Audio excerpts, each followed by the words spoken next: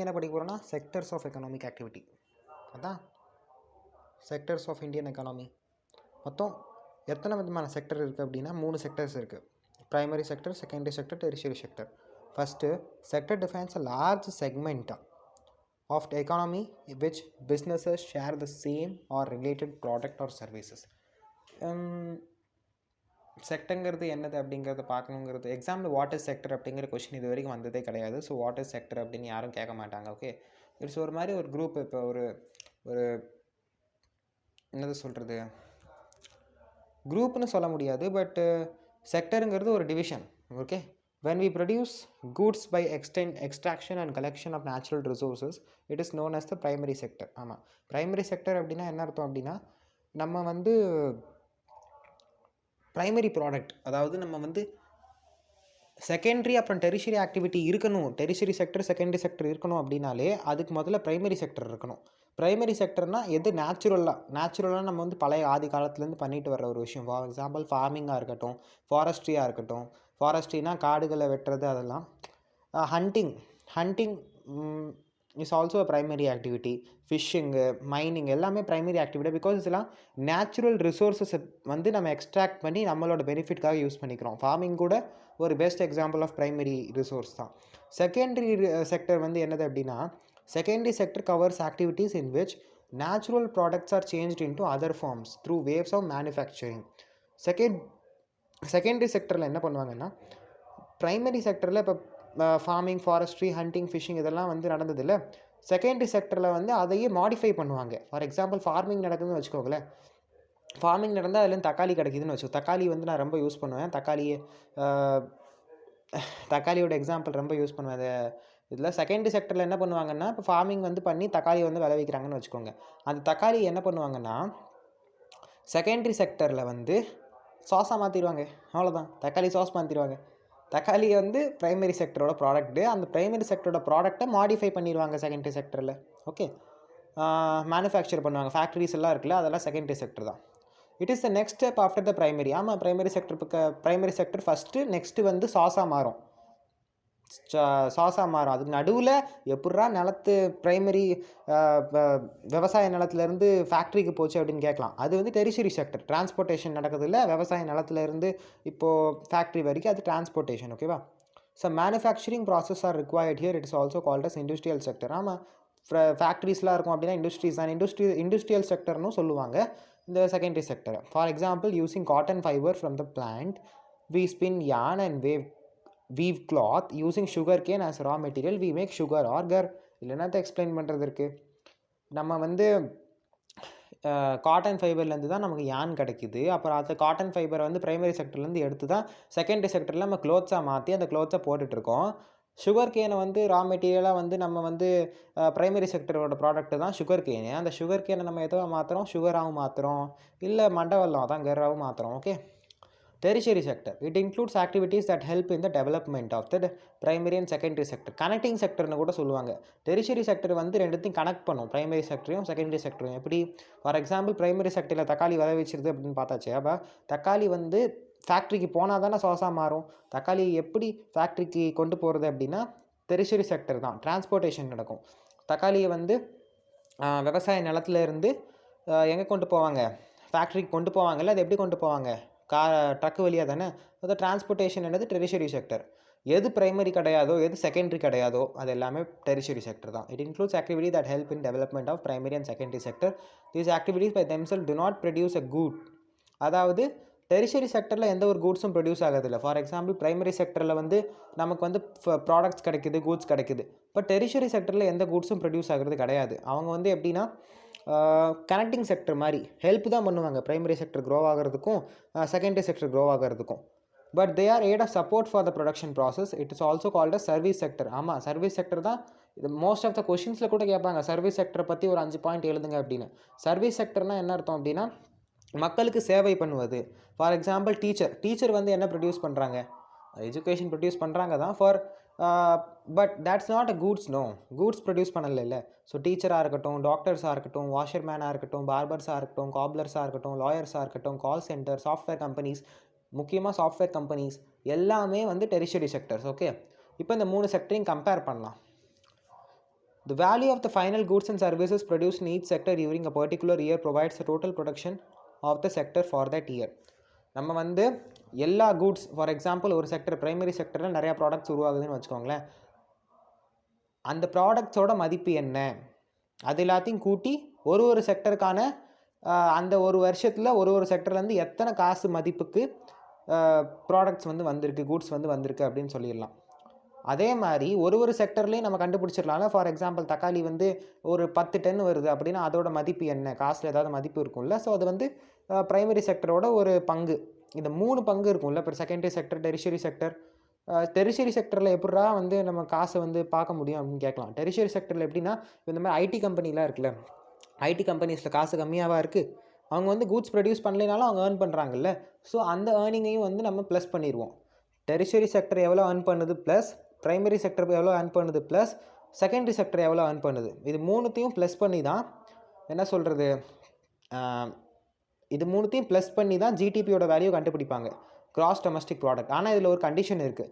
ஜிடிபியை வந்து கண்டுபிடிக்கிறதுக்கு double counting வந்து நடக்கக்கூடாது. டபுள் கவுண்டிங் அப்படிங்கிறது ப்ராப்ளம் ஜிடிபியில் நடக்குது. GDP is the value of all final goods and services produce within a country during the particular year. ஆமாம், ஜிடிபினா எல்லா செக்டர், 3 செக்டர் இருக்குல்ல, 3 செக்டரையும் சேர்த்து எவ்வளோ காசு மதிப்பில் ப்ராடக்ட்ஸ் வந்து கூட்ஸ் வந்து ப்ரொடியூஸ் ஆகுது அப்படிங்கிறது தான் ஜிடிபி. இந்தியா வந்து one of the largest GDP having country, 4th or 5th நினைக்கிறேன் ஜிடிபியில். It shows how big the economy is. ஆமாம், in India the task of measuring GDP is undertaken by the central government and ministry.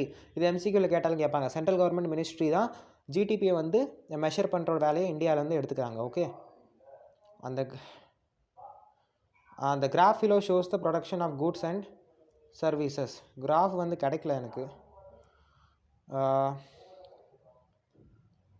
அதில் வந்து என்ன கிராஃபில் என்ன இருக்கும் அப்படின்னா 2000 இதிலே explain பண்ணிட்டு பாருங்களேன். இந்த year 2013-14 tertiary sector emerge the largest producing sector in India. இந்தியாவில் வந்து ஐடி கம்பெனிஸ்லாம் 13-14 வந்து, அதாவது காசு அதிகமாக எந்த செக்டர்லேருந்து இந்தியன் கவர்மெண்ட்டுக்கு கிடைக்குது அப்படின்னு பார்த்தா டெரிஷரி செக்டர் தான், ரீப்ளேசிங் த ப்ரைமரி செக்டர்.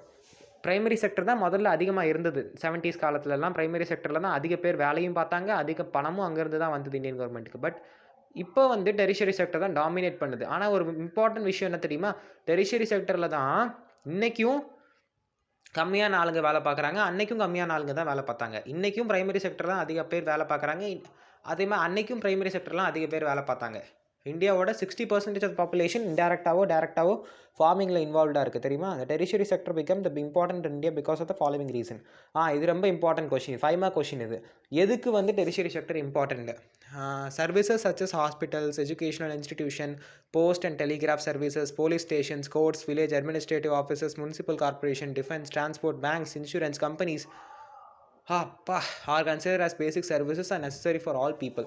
இது ஏன் வந்து ரொம்ப இம்பார்ட்டன்ட் அப்படின்னா, டெரிஷரி செக்டர் எதுக்கு இம்பார்ட்டன்ட்னா, டெரிஷரி செக்டரில் தான் நமக்கு பேசிக் சர்வீசஸே கிடைக்குது. பேசிக் சர்வீசஸ்னால் ஹாஸ்பிட்டல் சர்வீசஸாக இருக்கலாம், டிஃபென்ஸ் சர்வீஸாக இருக்கலாம், டிரான்ஸ்போர்ட் சர்வீஸாக இருக்கலாம், பேங்க் சர்வீஸாக இருக்கலாம், இன்சூரன்ஸ் சர்வீஸாக இருக்கலாம். இதெல்லாம் basic services. For example municipal கார்பரேஷன்காரங்க இருக்காங்கன்னு வச்சுக்கோங்களேன், அவங்க லைட்டு மாட்ட மாட்டேங்கிறாங்க உங்கள் வீட்டில், அப்போ உங்களுக்கு அது பாதகம் தானே, அப்போ அவங்க சர்வீஸ் பண்ணணும் தானே. அவங்க வந்து இன்டைரக்ட் உங்களுக்கு என்ன தான் கூட்ஸ் ப்ரொடியூஸ் பண்ணி கொடுக்கல அப்படின்னாலும் அவங்க வந்து என்ன சொல்கிறது, உங்களுக்கு சர்வீஸ் கொடுக்குறாங்கல்ல, அது உங்களுக்கு நல்லது தானே. ஸோ சர்வீசஸ் இல்லாமல் பேசிக் சர்வீசஸ் ப்ரொவைட் பண்ணுறதுனால தான் டெரிஷரி செக்டர் ரொம்ப important. Okay, the development of agriculture and industry sector leads to development of services such as transport and trade and storage. Okay, ஒரு சொல்லப்போனால் அக்ரிகல்ச்சர் செக்டர் அண்ட் இண்டஸ்ட்ரியல் செக்டர்லாம் இருக்குல்ல, இது ரெண்டுத்தோட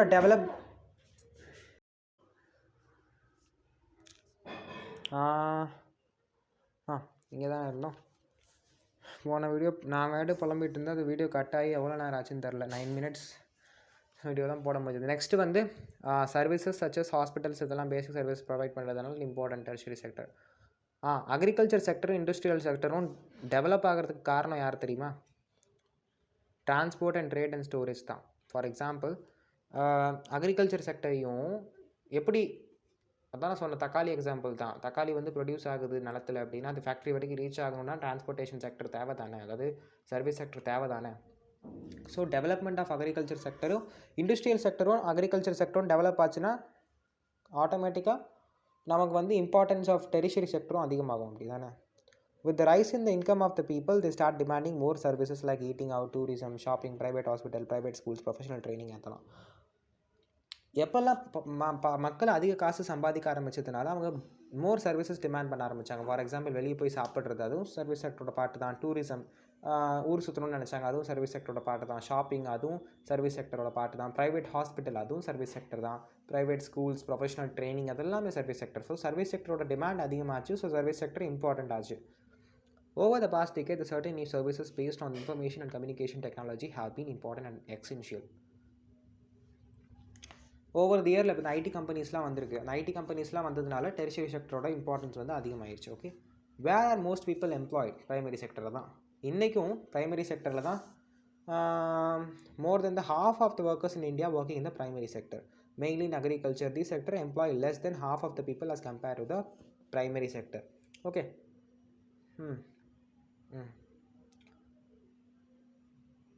பாக்கி இருக்கிற செகண்டரி செக்டரும் டெரிஷரி செக்டரும் சேர்ந்து less than half of the பீப்பிளை வந்து எம்ப்ளாய் பண்ணுறாங்க இந்தியாவில். It continues to only quarter of the GDP. ஆனால் ப்ரைமரி செக்டர் வந்து இந்தியாவில் 1/4 தான். இப்போ ஃபார் எக்ஸாம்பிள் இந்தியா 1,00,000 கோடி வருமானம் ஈட்டுதுன்னு வச்சுக்கோங்க. இந்தியாவோட ஜிடிபி 1,00,000 கோடி அப்படின்னா 25,000 கோடி மட்டும்தான் ப்ரைமரி செக்டர் வந்து கொடுக்குது.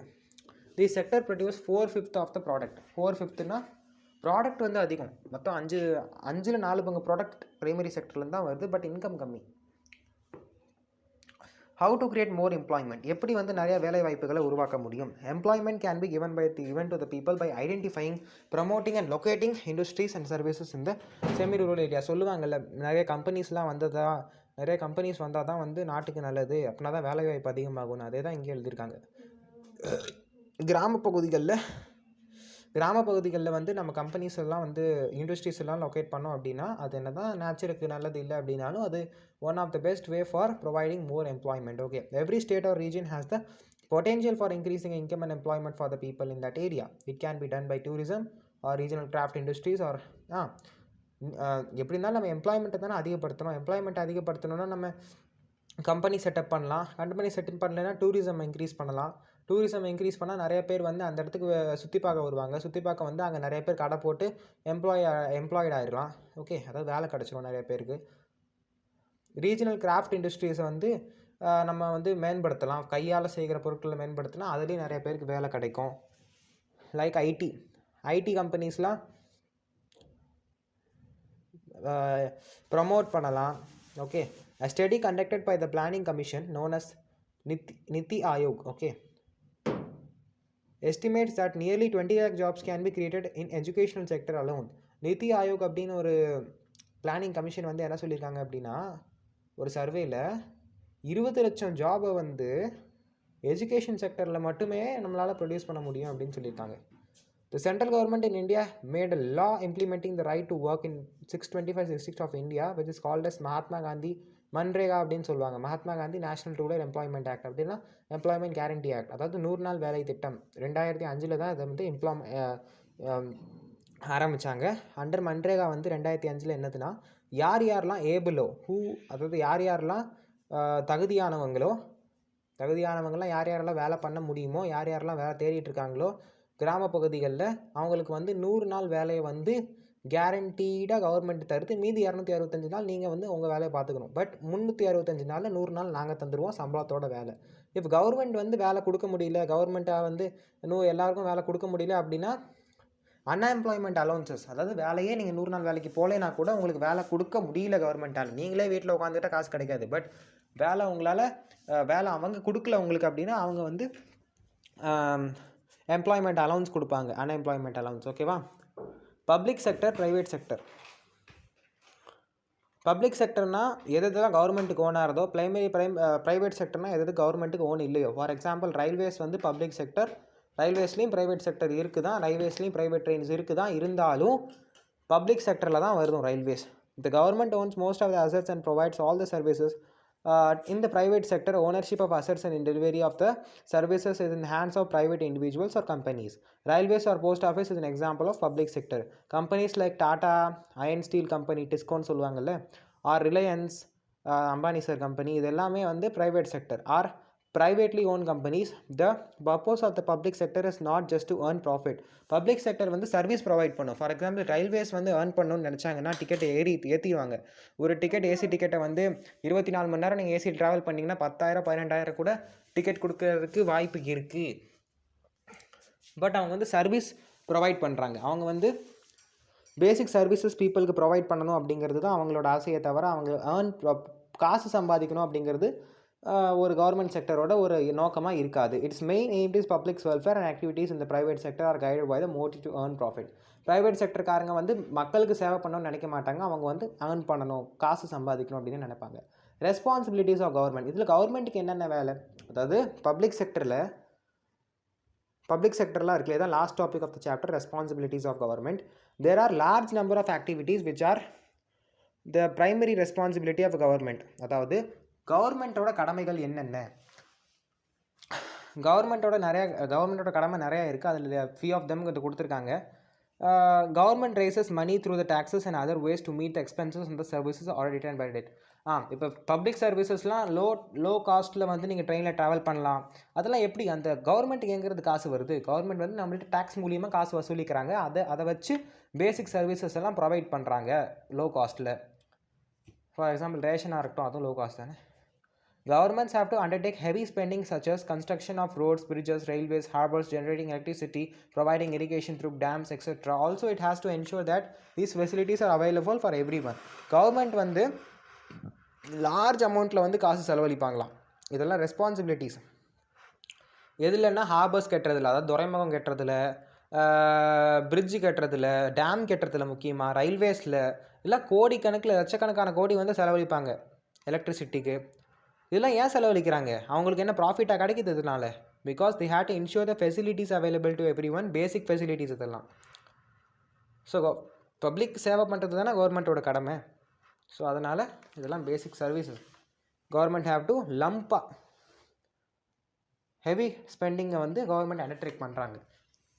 Because they have to provide basic services. There are some activities which the government had to support to encourage the private sector to continue their production or businesses. சில time private செக்டரில் நிறைய பேர் எம்ப்ளாய்டாக இருக்காங்கல்ல. So private செக்டர்லேயும் வந்து government வந்து நம்ம private செக்டரையும் வந்து ஊக்கப்படுத்துவாங்க.